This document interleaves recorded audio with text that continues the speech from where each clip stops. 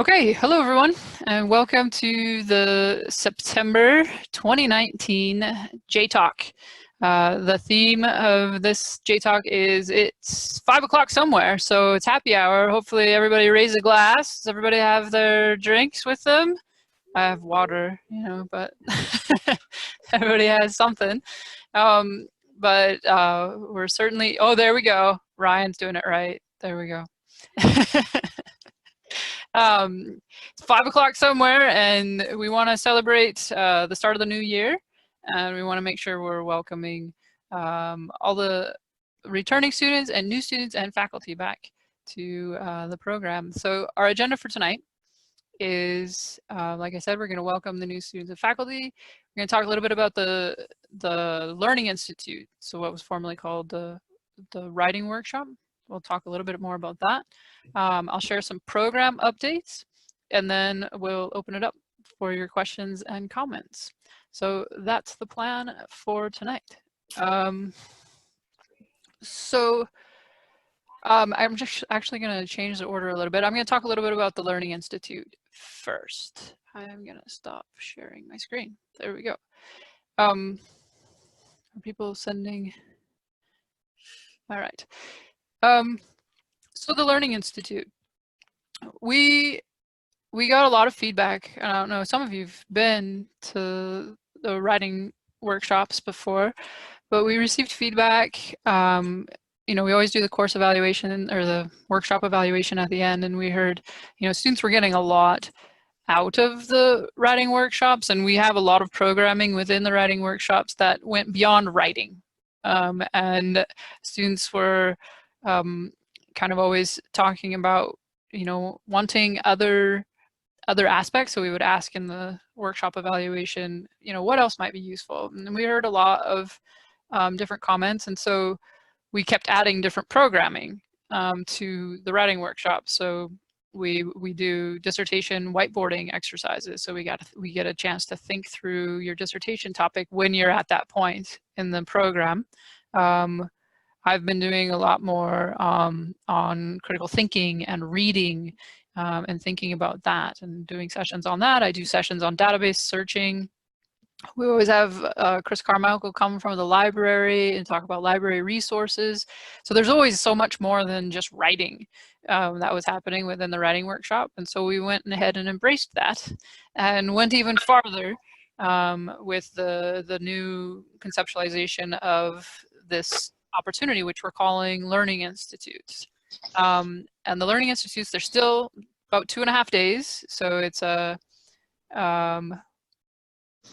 Wednesday, Thursday, those are full days. And then Friday is, just a little bit over half day now.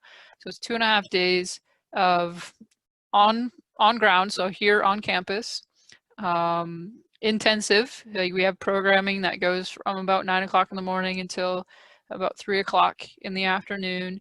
Cross cohort, so you can meet people from multiple different cohorts. Faculty are present, so you get to be with us. But it's all of that in a intensive learning experience that we want to offer. One of the biggest changes to the Learning Institute that we are making starting for this October session, so there is one coming up in October, is that we're going to do a full, I think about 2 hour, might be 2.5 hour session on research methods. Specifically this time around, so that session, that Friday mornings, it's going to be on Friday morning, that Friday morning session might change for different learning institutes, but this one is going to be about qualitative research. We're going to do, our new faculty, Dr. Gutterman, is going to do a qualitative research methods session. So he's going to be using example data. We're going to have a chance to look through it, analyze a bit of, talk about the analysis. So he's going to go through that whole thing, and you'll have the opportunity to kind of play with it, practice with it a little bit. So different learning institutes may have different, we may do a quant one of the learning institutes. We may have different focus for that methodology section, but we'll always have something that we'll talk about that's methods specific. The other aspects will be similar. So we'll still have whiteboarding exercises that you can do with faculty. There'll still be library resources. We always get lots of positive feedback about learning more and practicing with library resources. There'll still be writing. So there's going to be writing time. So the reason that we kind of end at 3 o'clock every day or around 3 o'clock is that you have all of the rest of that time to write, to be, you know, whether it's preparing for candidacy, writing your dissertation proposal or your full dissertation document, you have a chance to get away, be here in Omaha, you know, be on the campus where all of the students are here with all of their young, vibrant energy, and you can then write for the rest of the evening. I know that the last group that came, they decided to use some time to go out together, so you can also do that, and get to know other people from other cohorts that may be ahead of you, or, you know, mentor some of the ones that may be behind you. But I think a lot of students find it to be a valuable and fun learning time. So the next one is coming up, like I said, October 16th to 18th. So we have orientation the week before that for the new students, and then the week after. This is during the break. So the 16th to the 18th is you're done with week 8. There's the break week. So it's during that week this year. Often we don't try to, not every year, we try to do it in the break week so that you guys actually get a break and we also get a break. But this year it just worked out that we needed to do it that way. The next one after October is June 3rd through the 5th. So that will be the next one. So right now we're planning to do 2 interdisciplinary leadership program learning institutes each year. So October and June usually will be when they are. So just plan ahead. The other thing that we kind of changed around the promotion and the encouragement around attending learning institutes is that you can attend anytime during the program. We used to say it might not be useful to you until you get to around candidacy, and now we say come at any time throughout the program curriculum that you find it valuable to you. And we believe that what you take away, what we're, you know, working on while we're here together, is something that you're certainly going to be a transfer over to your online environment, whether it's actually something about writing, use of resources, all of those things. We know, we hope, but we plan for you to take that back into your classroom experience as well, which is the online environment. So those are the changes around the Learning Institute. Sarah, are you on the graduate council? I am. I'm the social media marketing chair for graduate student government. So I wanted to make you guys available that we changed the travel funding to include people who want to come to campus for things like our writing workshop, Learning Institute. So I can post in the chat the link to the travel fund. Access to that. There's an application to fill out and it'll link you to that. So we can fund up to $500 for that. So for the registration fees for your travel, your hotel, up to $500. So I would encourage you to apply as soon as possible. It's pretty popular right now. We've gotten a lot of submissions, which is fantastic. So I will post that in the chat, more information in the chat, but I would encourage you please to sign up. It's part of our funding comes from graduate student fees. So it's our money. I want to use it. So thank you. Yeah, thanks, Sarah. I forgot to include some of that information, but you were right there. So I was like, okay, you can talk about that. So that funding used to be only for conference types of travel, students that were presenting at different things, and Sarah's advocated to open that up a bit more and to be able to use to come to campus. So that was really great to see. Are there any questions about the Learning Institute that I can answer right now?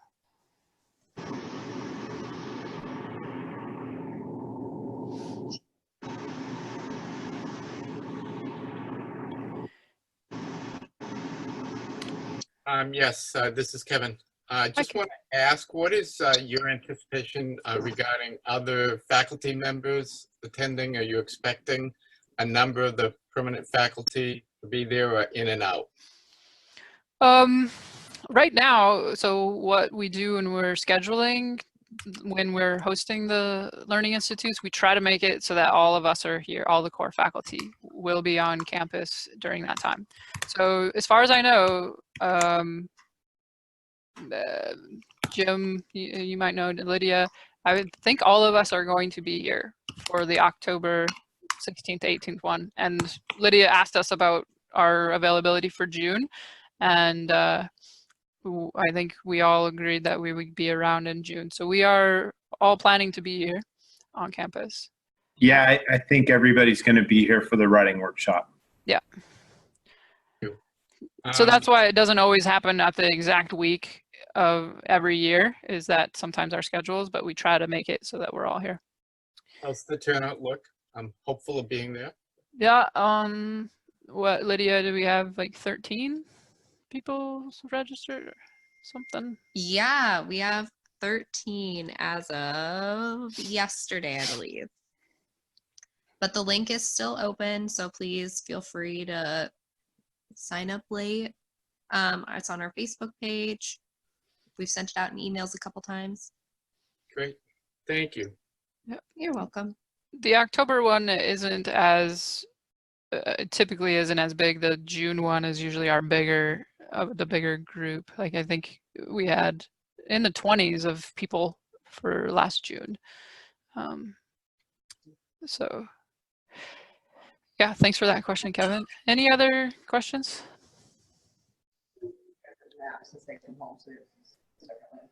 All right. So somebody's got their there we go. Program updates. So we're always trying to make improvements where we can to different aspects of the program. So I wanted to just run through some of the things that we are currently working on as core faculty. What keeps us busy, you know, the areas where we are listening to feedback. So the same theme of, you know, making the adjustments to the writing workshop, we're always listening to feedback. And we have, I don't know if y'all know this, but we have multiple committees that within our program. We have an assessment committee, we have a admissions committee, we have a faculty development committee, we have a program review committee, and there's a committee, alumni advisory committee. I think that one's at the department level.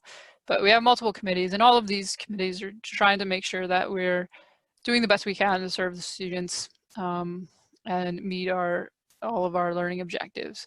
So the assessment committee, so with assessment, we're always making sure that student learning is happening, right? One of the things that we're working on as a group is remapping the research curriculum. So those courses that are in the research sequence, so that's 812, 890, 899E, 813, 850, 851, 814. We're looking at what's in those classes, the learning exercises that are in those classes, the sequence, like the order in which they appear within the curriculum, all of that. So we're looking at that. Dr. Goodeman, who is our new faculty, has a wealth of knowledge around building research capacity. And so he's, you know, that was one of the first tasks that he came on board and helped us with. So we've started to think about that, and we've identified some areas where we can make quick improvements in some areas, and some will take a little bit longer, but we're certainly making sure that we are preparing students for being emerging scholars, and particularly that dissertation phase. So there's going to be So for something that you've already kind of gone through, whichever plan of study you come into the program on is your plan of study.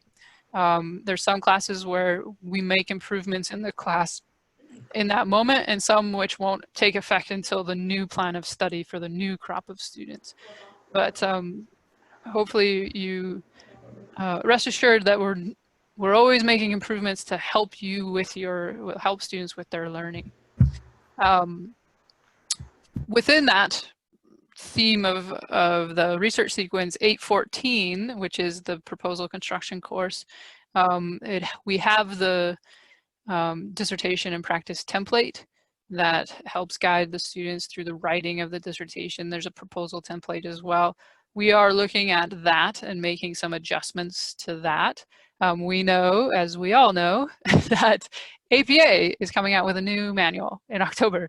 So we had started looking at revising the template, and then we saw that the APA manual was going to be revised, and so we kind of had to go, whoa.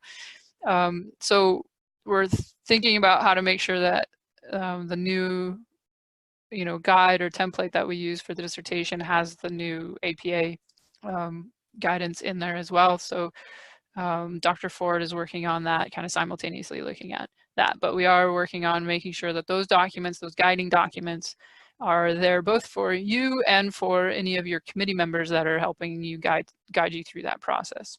So those are some of the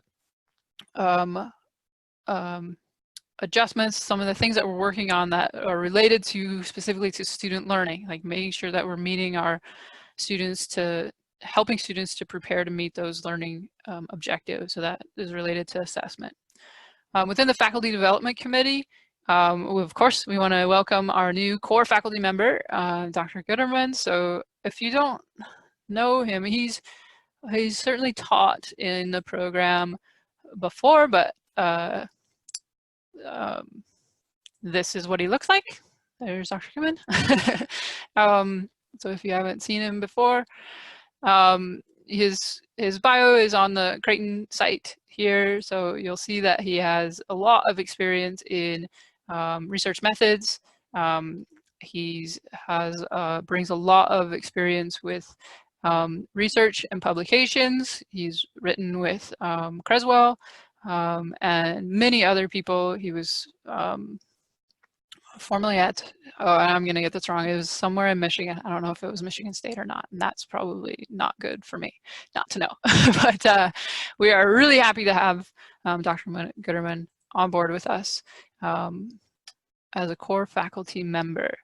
Other faculty members, as you know, we welcome faculty members into special faculty roles as instructors and as dissertation chairs. So we're always welcoming new interdisciplinary faculty that really supplement and round out the core faculty. I mean, we can't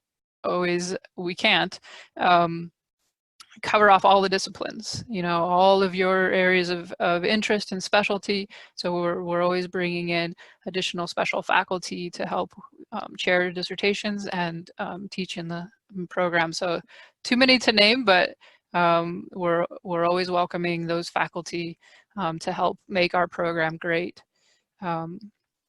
Other happenings in the Faculty Development Committee are professional development workshops. So Dr. Martin regularly sends out newsletters to all of the faculty, so that's all of us core faculty as well as all of the special faculty, and he hosts regular webinars where we talk about different expectations. We talk about all kinds of topics. Jim, do you want to jump in? Sure. Yeah. So this last month's basically each newsletter that goes out, we send those out once a month to all of our faculty. There was a significant section on Jesuit values because, some people come to us as special faculty from different places, and so they might not be familiar with what those are and how they play a role in our program and so forth. And so there was a significant portion on that. The other part of the newsletter involved research and Sarah will be pleased to know that, you know, the Ostrom framework was featured in the newsletter. And then sometimes we have service opportunities for special faculty and things like that. And so just not to go into great detail, but at many universities, when you are part-time faculty, you're hired to teach a class. You come in, teach that class, and so long as, you know, nobody complains, then you generally tend to get hired back, but there's very little in the way of providing any kind of development opportunity for you to, you know, further your career in any way. And we think that's important, and so we do that. I don't remember what our last webinar was about. It was back in August. Oh, I remember. It was about feedback on critical thinking. Yes. And so we talked a lot about different ways, different technologies you can use within Blue Line to try to foster creative thinking and things like that. And so we do that kind of stuff at the program level and then also at the department level too. Yes, and so tomorrow we have a workshop that Jim is hosting along with a few the department faculty around Bloom's taxonomy. Woo, fun topic. Yep. So we do, I don't know, how many of those are you going to do this year, Jim? Like for the department level? Department level? The department level, we have funding to do 2 workshops a year. And at the program level, because, you know, we don't have to get a room or do anything like that, or get snacks or anything. The funding is, we do webinars every other month in the department. So we have a lot of activity going on around, lots of faculty development. Yeah, it must be the time of year when Bloom's taxonomy is popular, I guess. Trying to find how to do those course objectives. The other thing within the faculty development committee is we always have, and this is something that we talk about with, that Jim talks about in the newsletter and in webinars, is we have course directors. And so there's a role called a course director, and there's a course director for every course within the curriculum.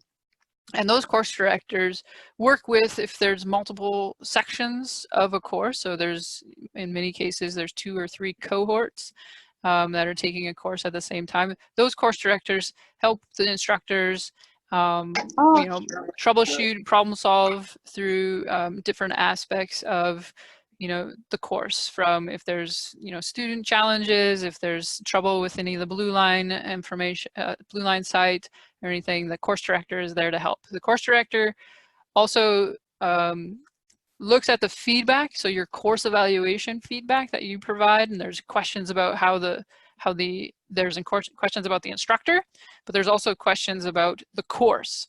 So that feedback that you provide about the course director is taking that and making those improvements to the overall course, so that all of the sections of a course are similar.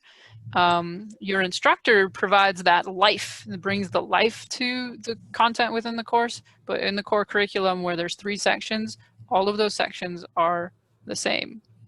Your instructor may bring it to life in a different way, and that's the creativity and the uniqueness of our interdisciplinary program, where we have so many interdisciplinary faculty, but the course director is providing that consistency across those sections. So there's always those course directors that are there to help coach instructors if needed, to help with the consistency across the sections. So that's what happens within the Faculty Development Committee. We have a Program Review Committee. This is a newer committee that we've started that helps to use all of the data that exists. So as you all are probably familiar with, data is everywhere now, right? There's so much information that can be collected about, you know, behaviors, practices, outcomes, and the Program Review Committee has been started so that we can best use the data that exists, so to make improvements. So we funnel that data to the different committees to help them make informed decisions about any changes that they may make. And I'm saying we because I'm part of that committee along with Lydia.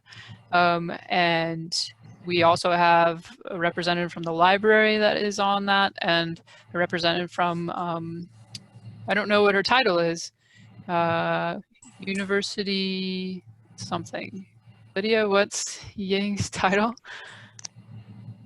That's a great question. Okay. She's the head of all the institutional data. Yeah.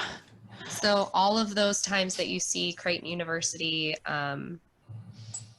being featured on like the US News top colleges and whatnot, she gathers and is in charge of all the data and stuff that gets submitted out.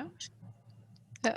So we are very fortunate to have her on our program level committee to help us to best utilize the data that we have within our program to make informed decisions, to make our program the best it can possibly be. We just finished completing a continuous quality improvement project using value stream mapping, which we're going to be presenting the process by which we did that and what we found with that. We're going to be presenting that at a conference in October at the Midwest Academy of Management Conference. So we're always finding, we're always on different small initiative projects that come across that that committee's desk.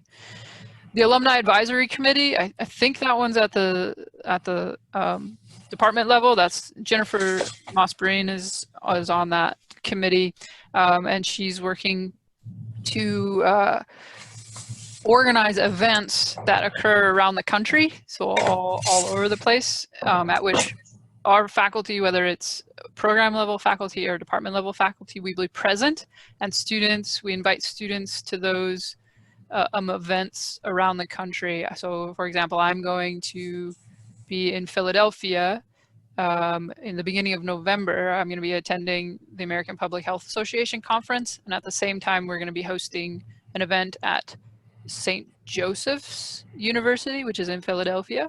It's a sister Jesuit university, or brother. I don't know. What's the appropriate? I don't know. It's another Jesuit university. So we're going to be hosting an event. So that information should be coming out fairly soon. They're just coordinating all of the information around that. So I'll be there. I can meet with any of you that are interested, that are in the Philadelphia area. So I can meet, I'll be at the conference, but I can always step away, meet with you if you want to talk about anything. And then you're always welcome to come to the event where we'll have a panel discussion. There'll be snacks. You can bring your family, all that kind of stuff. So more information will be coming about that. And that's just the one I'm going to. I think there's going to be other, I think Dr. Ford is going to be in Indiana sometime soon. And there's going to be other ones throughout the country. So just keep an eye, and that's what that Alumni Advisory Committee is, just keeping contact with our students and alumni wherever we can. The Admissions Committee, so the Admissions Committee is exactly what it sounds like. So the Admissions Committee reviews all of the applicants. And we welcomed this fall, we welcomed 3 new cohorts with, I think, 40 students as new students. Of course, the students are from all over the country. I can't even name all of the states but I looked through and I was like, I'm not going to name all those states. So all over the country, and of course, interdisciplinary, so 10 business students, 5 Catholic K-12, 6 K-12, 5 government, 5 higher education, 4 healthcare, 3 military, and 3 nonprofit. So as always, we have the gamut of all the different disciplinary perspectives. We continue to learn from every admission cycle. So each admission cycle, we're learning about what's best for students as they're putting in their applications, the information that we need to make decisions around who's admitted and who's not, the process by which we review the application. So we are continuing to make updates to the process and the procedures and the system that we're using. So we have a kind of a learning management system, but it's a admissions management system that we use for that, and we're continuing to learn about how to best use that. But we're really happy to welcome the new students, and they're off to the races. There may be some of you, I don't know, I don't recognize everyone's names, so there may be some of the new students on this evening. So we're really excited, and we're really excited to see them here on campus in October. So it's just coming up right around the corner right now. So that's what's happening here on campus, behind the scenes, when you're not looking, for program-wise.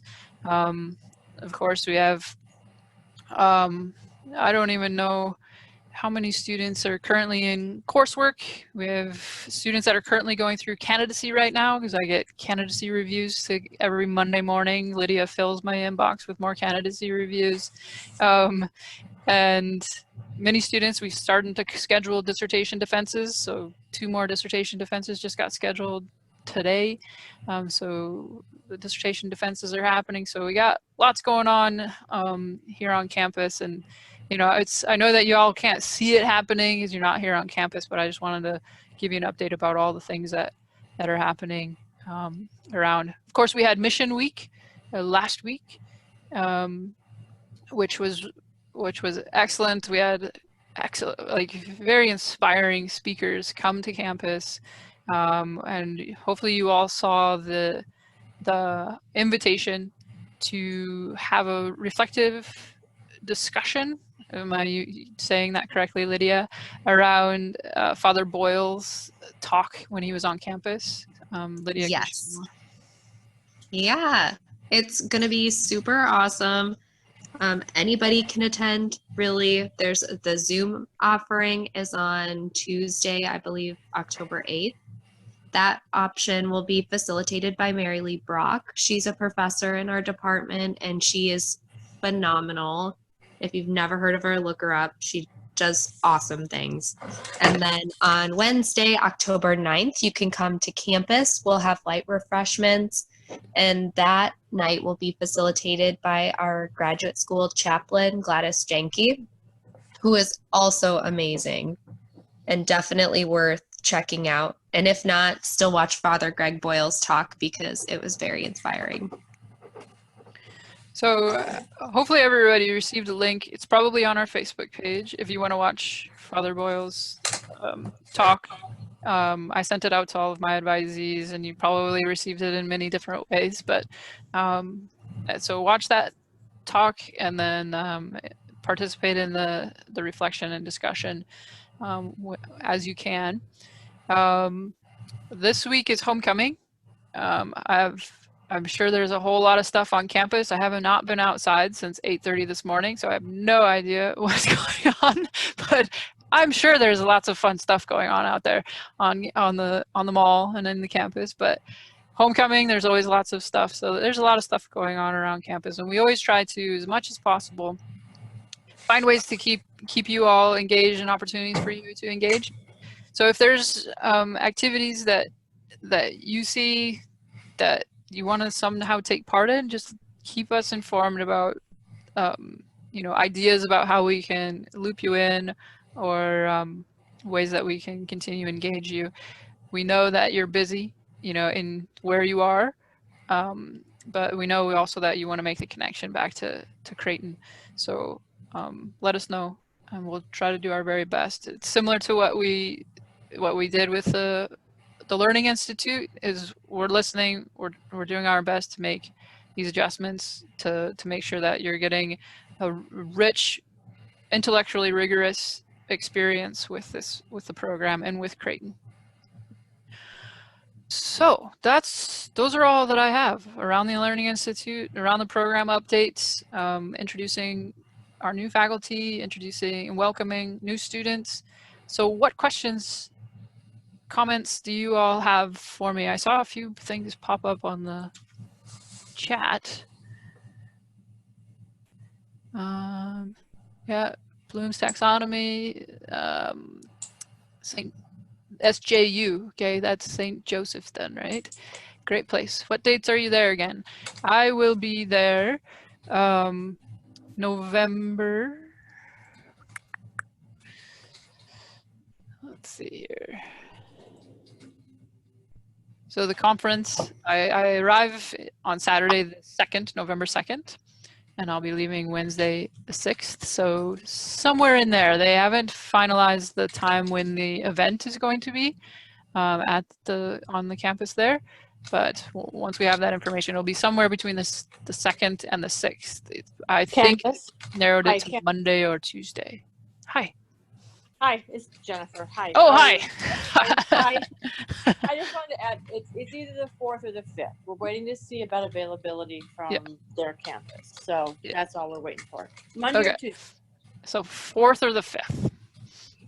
Thanks, Jennifer. Okay. What other questions? Dr. Bloomquist, you mentioned that the new APA manual is coming out soon. Yay. Yes. When is the program adopting that? Like, for instance, in your course that I'm taking in October, will you be using that version or, yeah. Yeah, good question. Thank you for that question. I don't remember what we decided. I'm not, you know. I think we decided January. Yeah, I was making sure. If someone is relatively far along, let's say in their dissertation, then we wouldn't require them to go back. I mean, some of the changes, from what we understand, are relatively minor. Okay. That like provide greater depth of clarity on internet references formats. Yeah. Which might be useful to people, but we wouldn't expect somebody to go and like, if there's some wholesale change, which is unlikely, to go back and change everything when they're like almost done with their dissertation or something. Okay, thank you. Yeah. So your fall 2 courses will not have the changes. Okay. It will start in spring 1, January. Yeah. Thank you for that question. This is Kevin. This is probably more program related, but do want to double back to that and ask, what thinking, if anything, is going on regarding the use of Zoom, which seems to be escalating pretty quickly, and I'm wondering if there's a core faculty discussing how best to use Zoom, how frequently to use it, to what degree is it beneficial along the way in the various different courses. So within the coursework, I've ramped up my use of it, I suppose, a little bit. I use it not only to do the live, the synchronous, I also use it to record, just because it's an easy recording device as well, and I then just send the link to the recording, so I can still do my, so I do weekly kind of debriefs, and so I'll use Zoom to do that type of debrief sometimes. As far as synchronous, are you asking like how much we're using Zoom to create more live and in-person kinds of experiences? Yes. Yes, on both the availability of one-on-one within the courses, and then on maybe periodic sessions throughout where there might be discussion about what's going on. I found that the Zoom sessions seem to be working pretty well. I recognize that, that's additional time, that's needed from the faculty to prepare for that or to host that. But I have found it almost exclusively very, very helpful in addition to the regular construct of the courses. So I think I asked with the hope that you're thinking of more Zoom type sessions made available within the course and in the one-on-one discussion. Thanks for that feedback, Kevin. It is something that I invite instructors. So I course direct 2 of the core courses and 2 elective courses, and I invite the instructors to try it out You know, it's something that I have used and I feel is beneficial. But, you know, everybody has different teaching and learning philosophies and different time availabilities. And with you all, like, so some of you are in Hawaii and some of you are in Boston, right? And we've experienced this. I think, Kevin, we've been in a class together where, you know, we're doing it at 2 o'clock on a Sunday afternoon or 6 o'clock on a Sunday evening, and somebody's just waking up and, you know, somebody's ready to go to bed. So it's sometimes challenging, but I personally encourage it among faculty members. I know we've talked a bit about it on when Dr. Martin does the webinars with the faculty. We talk about ideas around the use of it. So I do individual writing conferences with students, and I know Dr. Martin does group sessions a couple times each term. So there's lots of different ways to use it, and we are talking about that among all of our faculty. And so we are talking about it. We're not, there's no directive. We stay away from, you know, directing people on how to engage and bring to life the course content, because we want that diversity and that variety within our instructors and all that they bring to the courses. So, but we do talk about it quite a lot. But it's good feedback to know that students value it, and so we do read that course evaluation feedback, and I see that students like the use of it, and we're trying to use it a lot more for these types of sessions. In the dissertation phase, you'll find your instructors, you know, your chair can use it. You'll use it through your proposal defense. So those types, it's very valuable as a communication mode for just staying connected in different ways. So is that okay? Thanks for that, Kevin.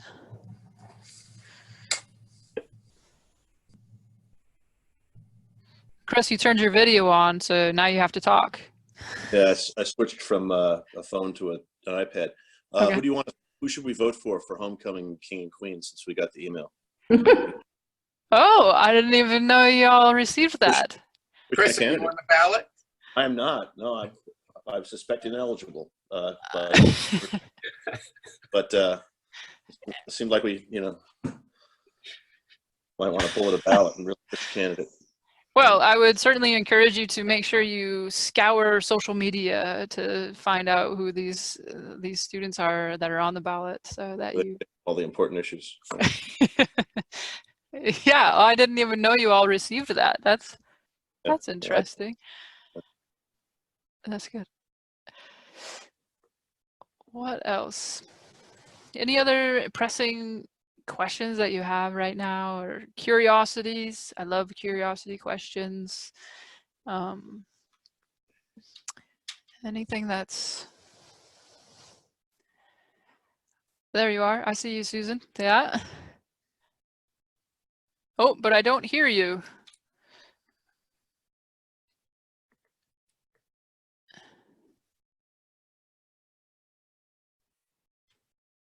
No, I don't hear you. Do you have your microphone set up?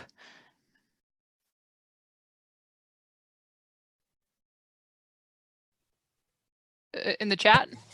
Oh, I'll chat. Chat. There we go. No, we heard you now. Okay. There we go. Okay, so I wanted to know what the real weather is like in Omaha right now. The real weather, not the fake weather. The real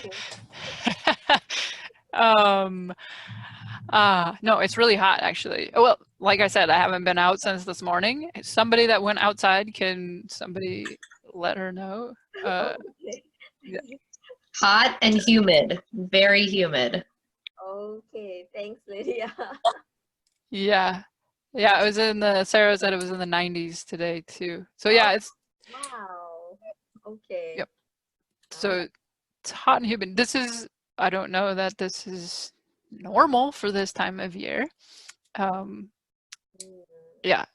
Okay. So. Got it. Okay. Are you thinking about coming for October? Yeah, I just been sending some messages to Lydia asking for some support and getting that link for me. So I'm going to be there. I'm going to be there. Okay. Yeah, I would say for October, plan to bring a jacket though. Like it's not going to be 90 degrees in October. I hope anyway. That would be unhealthy for this area. Right. So Okay. yeah, make sure you bring a jacket at that time. Sounds good. Thanks. Sure. What else? Any other questions, curiosity questions?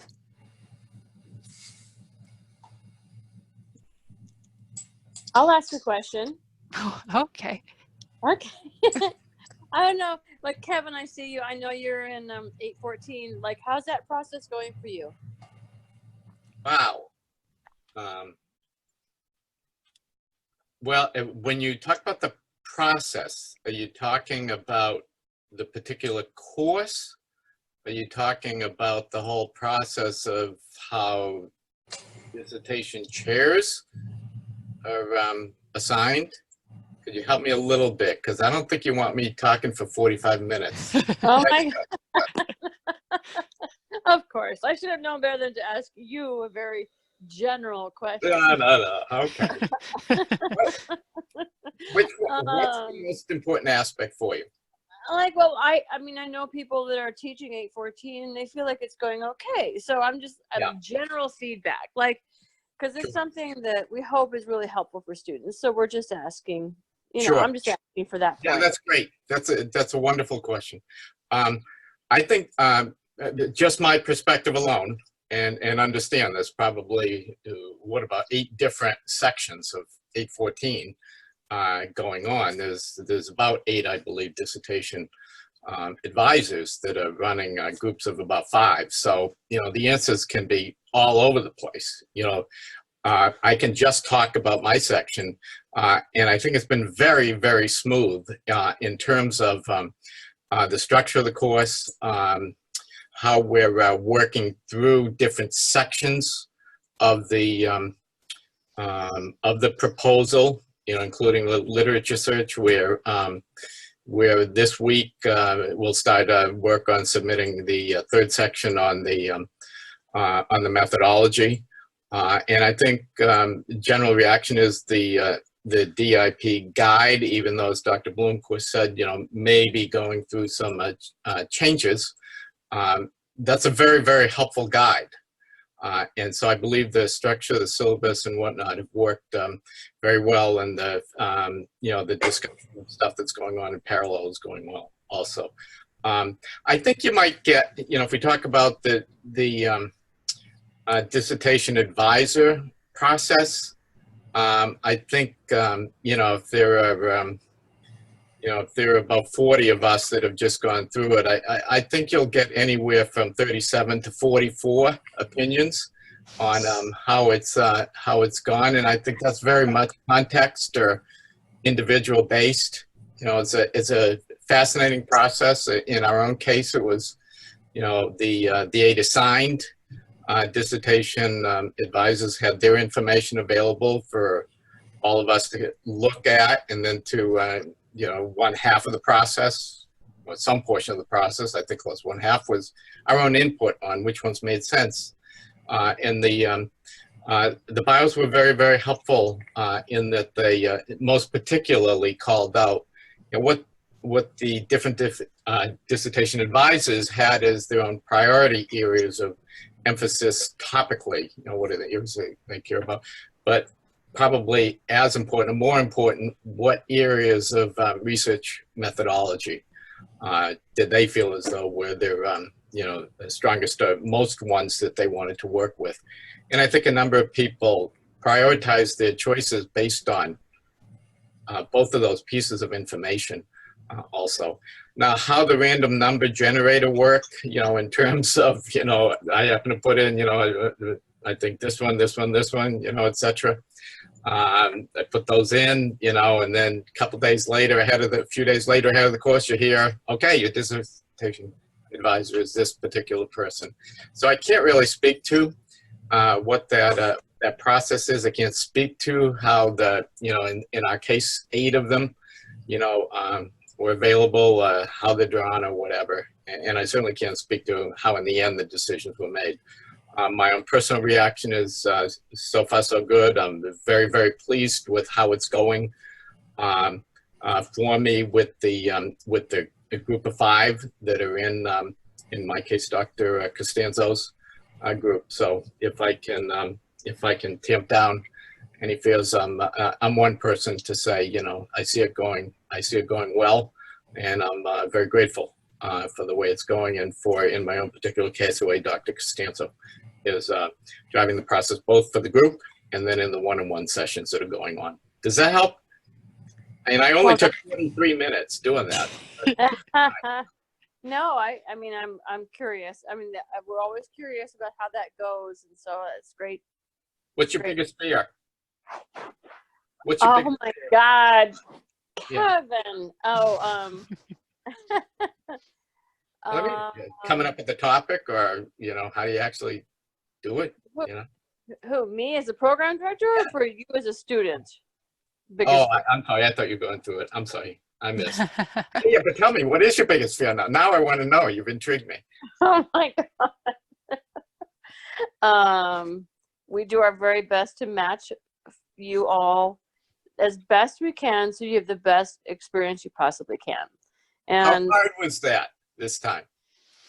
It wasn't. I don't. As far as I know, you'd have to ask Dr. Ford and Dr. Martin, because they're the ones who undertake that. But we've just seen that 814 has become a tool that, as course, that really propels people forward much more quickly than, you know, a lot of programs. You just kind of you're just kind of loosey goosey, and so we're very happy that with the progress we see students making, and students are getting done more in time with the process. So I just always want to know about how it feels from your perspective, and so that's why I asked.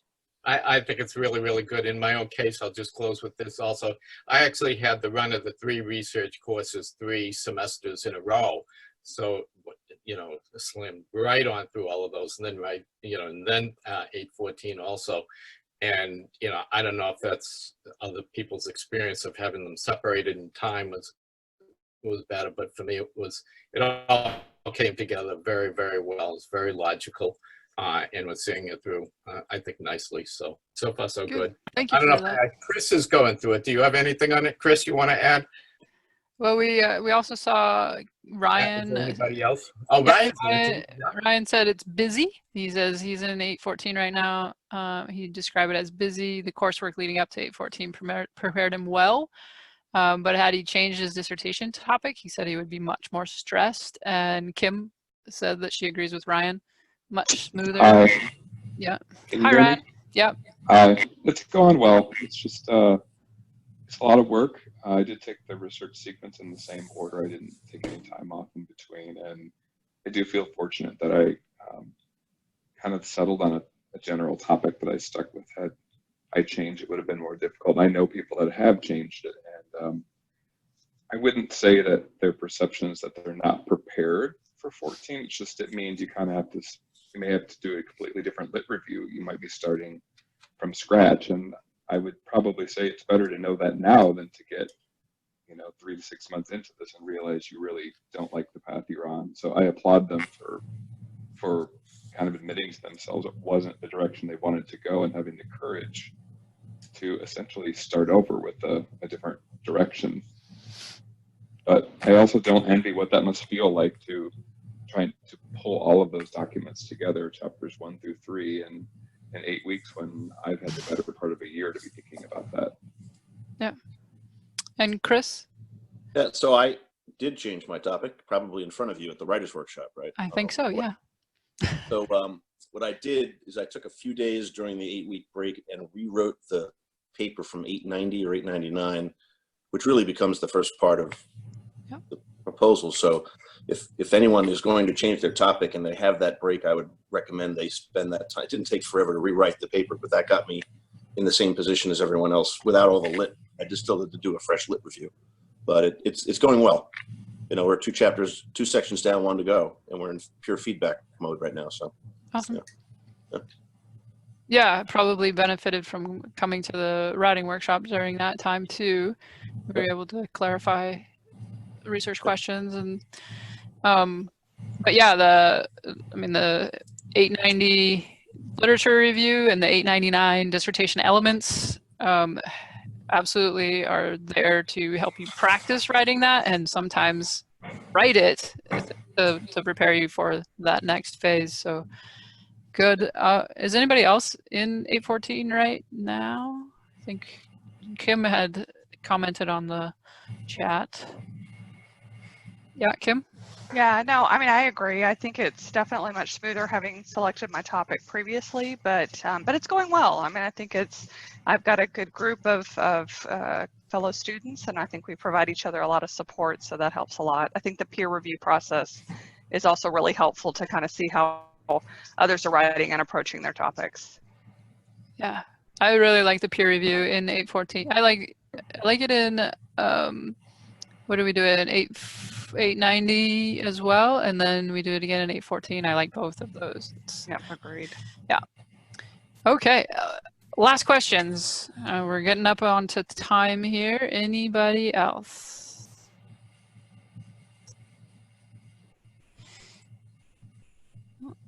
Okay. So I just want to end here with, and of course, you're always welcome to email questions, call, email anytime. Our next JTalk is on Wednesday, November 13th, again, 7 to 8 p.m. Central Time. What we've done is we've invited students who went on a study abroad. So many of I think 8 students went on a study abroad this last summer. We've invited them, as well as a few instructors from those study abroad experiences, to come and share their experiences from that trip. There was 2 different study abroads that went, and we had students in each of them. So they'll share their experience of those courses, what it means to organize life around that, probably, and then the experience in it. Lydia, do you know any more about that? Organizing that? Shannon's doing the organizing of it, but Yeah, Shannon's been organizing it, but I know you'll have opportunity to ask the students about their experiences, and then how they made it work with their schedules, work, life, other courses, etc. Yeah. So that's the next JTalk. If you have ideas for what you would like us to talk about or update you about, or questions that you would like us to ask, you can always email any of us, and we'll put that on the agenda to make sure that we organize around getting that JTalk on the schedule. Otherwise, it was great to see you all. It's always nice to see you all in person. I haven't had a chance to see some of you for a while. There we go. Have a great rest of your evening. See some of you at the Learning Institute, others in class, and others maybe at your defense. All right. Okay. Bye, all. Thank you, Candace, and thank you, Lydia.